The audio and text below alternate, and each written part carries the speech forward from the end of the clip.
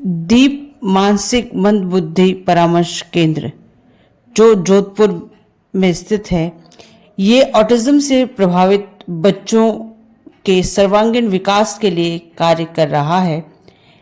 इस केंद्र को प्रोत्साहित करने के लिए एक कार्यक्रम का आयोजन किया गया, जिसमें नन्हे मुन्ने बच्चों ने अपनी मनोहर प्रस्तुतियां दी।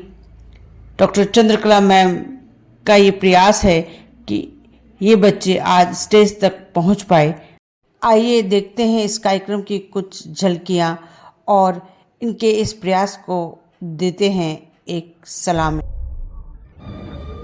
आज के प्रोग्राम की चीफ गेस्ट, पहचानो, अपने हुनर को बढ़ाओ, आत्मविश्वास से अपनी पहचान बनाओ, आत्मविश्वास से अपनी पहचान बनाओ। अब मैं बुलाना चाहूंगा डॉक्टर चंद्रकला जी गोस्वामी, दीप मानसिक मंदबुद्धि परामर्श केंद्र।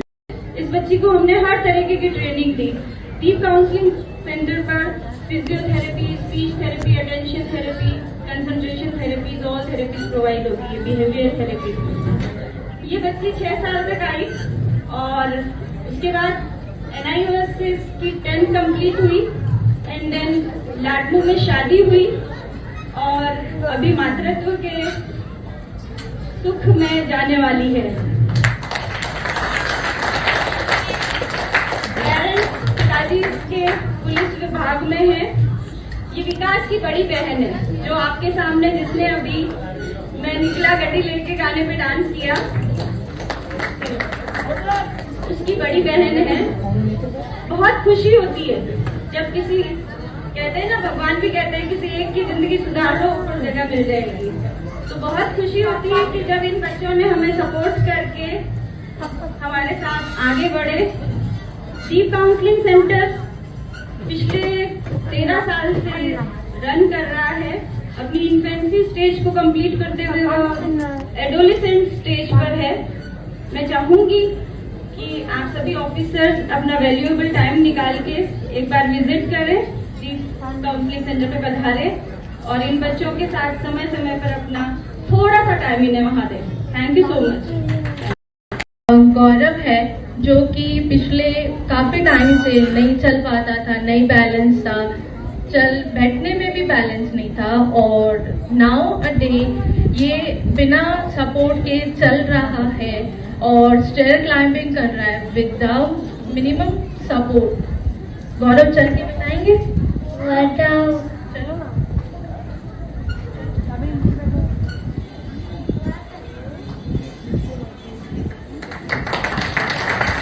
Within the 1 year, through the magical physiotherapy, he can able to balance and run.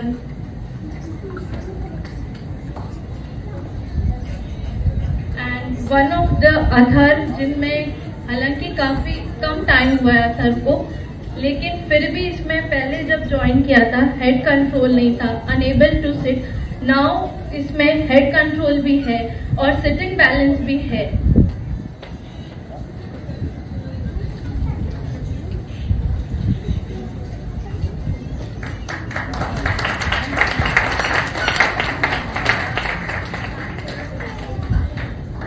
आप डांस करके बताएंगे? कैसे करते हैं? करके बताओ, कैसे करोगे डांस?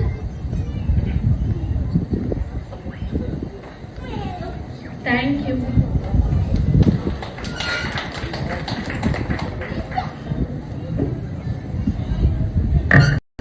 जो जिनके लिए मैं आज एक श्रद्धांजलि देते हुए बोलूंगा कि उनके साथ में ये इस संस्था का गठन किया गया। हमारे मन में एक बात आई कि हम लोग बहुत काम तो करते ही है, हमारे सरकारी कार्य, और हर वक्त हम कई स्ट्रेस के साथ में अपने कार्य निभाते हैं। तो इसके साथ ही हमें अपनी सोशल दायित्व को भी नहीं भूलना चाहिए और हम ऐसी एक संस्था स्थापित करें जहां हमारे साथी अधिकारी अपना योगदान अपनी सोसाइटी के लिए कुछ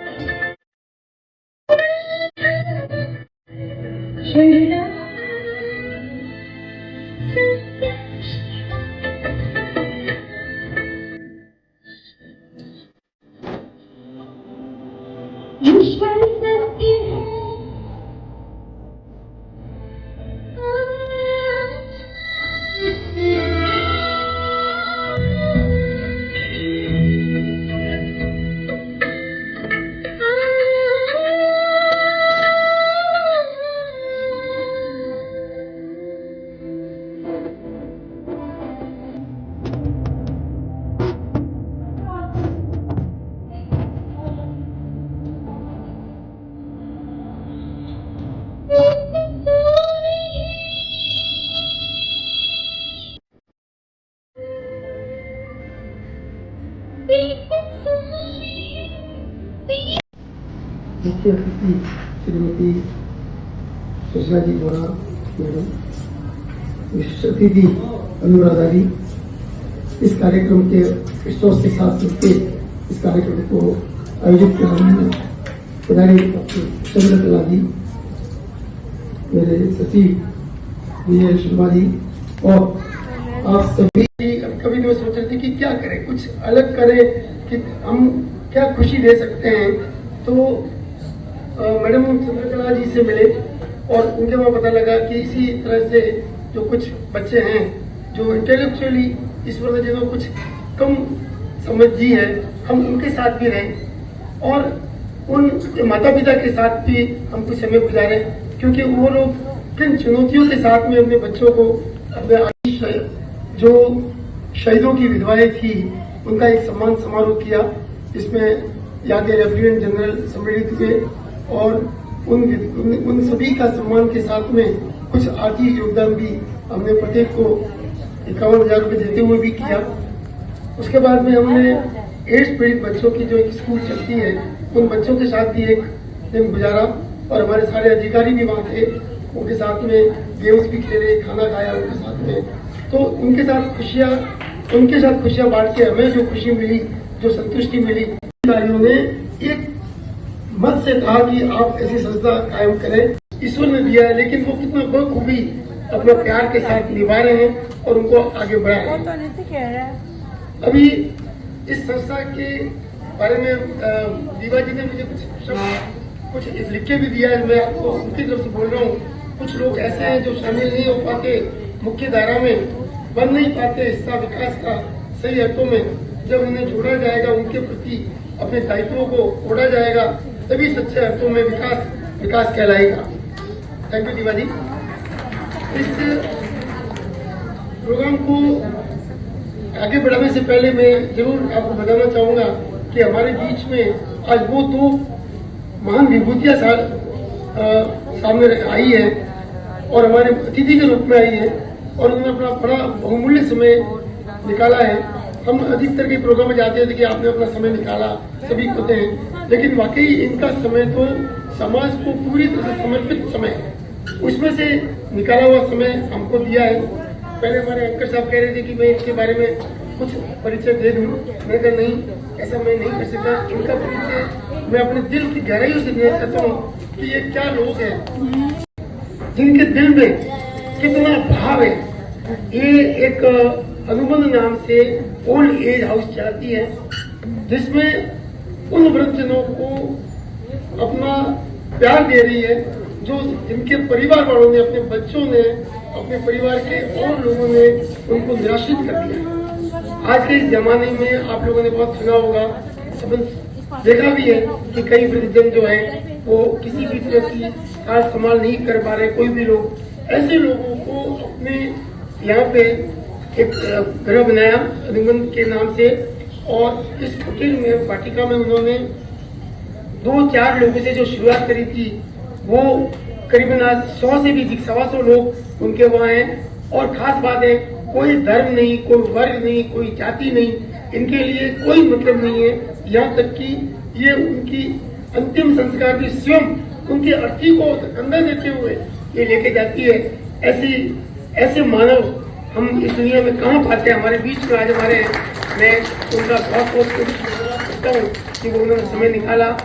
और हम कुछ बोलने लायक भी नहीं है कि उनको क्या पुरस्कार कौन को दे चुके हैं, सिर्फ इतना ही है कि वो तो मानवता के लिए एक पुरस्कार है जो ईश्वर ने हमको हमारे समय में उनको दिया है। धन्यवाद अनुराधा जी।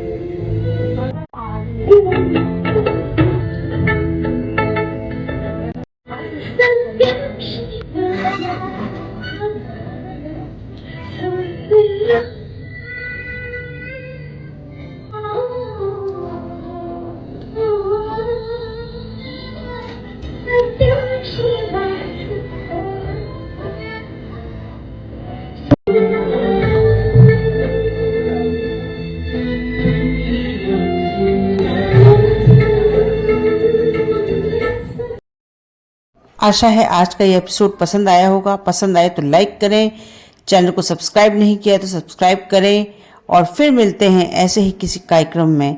तब तक के लिए अनुमति दीजिए डॉक्टर शमा को। शुक्रिया, धन्यवाद।